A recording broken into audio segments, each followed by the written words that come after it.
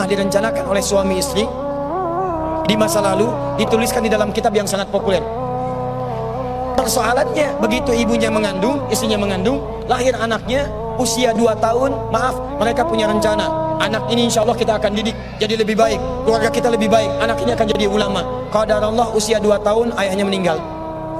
Ini kisah nyata.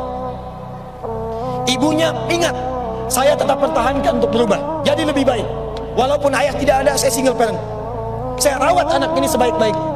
Usia 4 tahun anak ini, maaf ya, terkena penyakit buta permanen.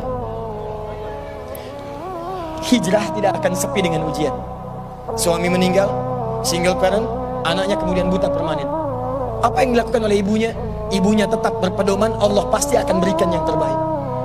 Anak ini kemudian terus didoakan, bangkit di malam hari, perbanyak kemudian tingkatkan ibadah. Ingat ya rumus ini, orang tua yang rajin ibadah maka boleh jadi kebaikannya akan diturunkan pada anaknya. Ibunya yang berdoa, anaknya yang mendapatkan bagiannya. Matanya buta tapi diganti oleh Allah dengan ingatan yang luar biasa. Kalau Anda bacakan satu kalimat, satu baris ini, satu lembar buku dibacakan oleh Anda satu halaman, maka seketika dia akan ingat seketika tanpa diulang, dengan titik, dengan komanya. Anak ini kemudian dibawa ke sekolah Al-Quran, dimasukkan talaki ke syekh di sana. Syekh di situ kemudian membacakan pada saat itu surat Qaf, surah ke-50. Qaf dibacakan sampai akhir ayatnya. Anak ini anak yang paling kecil teman-teman, mata buta, gak bisa ngelihat. Teman-temannya berada di atasnya usianya, ada yang 6 tahun, 7 tahun, dia 4 tahun. Begitu selesai membacakan, kata syekhnya, lihat kalimatnya, man hafidha ala zahri qalbi, siapa yang hafal apa yang tadi saya bacakan, hafalan di dalam kepalanya, bukan di luar kepala. Hafal di luar kepala masih belum hafal. Kata syekhnya, hafal di dalam kepalanya. Tiba-tiba saat semuanya diam menyimpan tangannya begini, anak yang buta tadi mengangkat tangannya mengatakan, hafidtu ala zahri qalbi, saya sudah hafal. Syekhnya penasaran, kata syekhnya, bagaimana? Diambil anaknya ke depan, diminta baca, Masya Allah, bacaannya bukan hanya hafal, makhrajnya, sifat hurufnya, tajwidnya, semua mirip dengan syekhnya. Kata syekhnya, minal an tadrusul hadis, dari sejak sekarang ananda mesti belajar hadis. Pulang ke rumahnya, diantar oleh asisten rumah tangga ibu tadi. Begitu nyampe di rumahnya, wajahnya gembira, mengatakan pada ibunya, ummi, ibu, tadi saya dipuji oleh saya begini, ada kejadian begini, saya seperti ini. Kata anak ini, minal an uridul hadis, ma, sekarang saya pengen belajar hadis.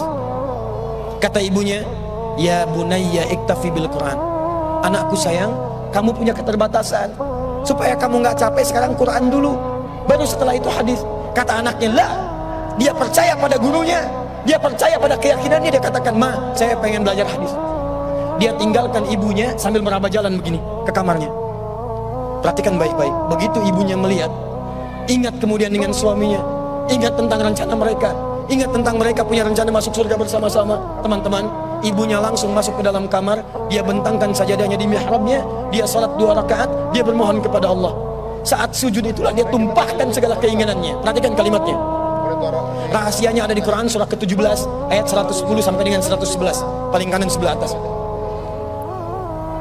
Ya Allah yal basir, yalladzi ala kulli syai'in qadir, a'id basirat ibni.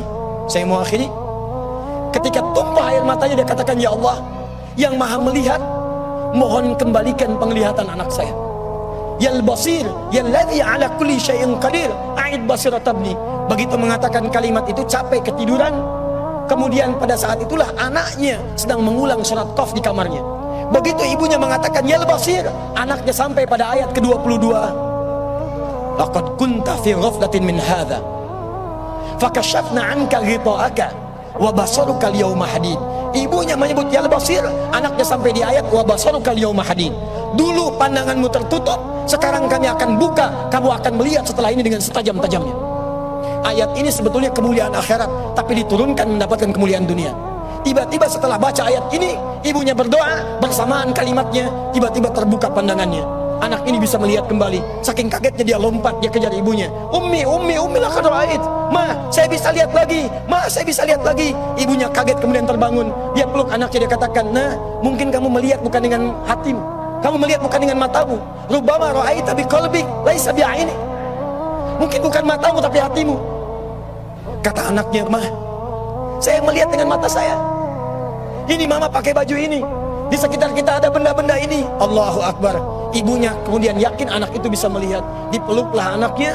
Keduanya kemudian menangis. Dan ibunya sejak saat itu yakin bahwa anak ini punya kemuliaan besar di masa depan. Maka disekolahkanlah kemudian tempat-tempat terbaik. Belajar hadis terbaik. Diingat segalanya. Cepat luar biasa. Anak ini kemudian dikenal dengan luar biasa di masa depan. Nama anak ini adalah Muhammad. Bapaknya yang meninggal namanya Ismail.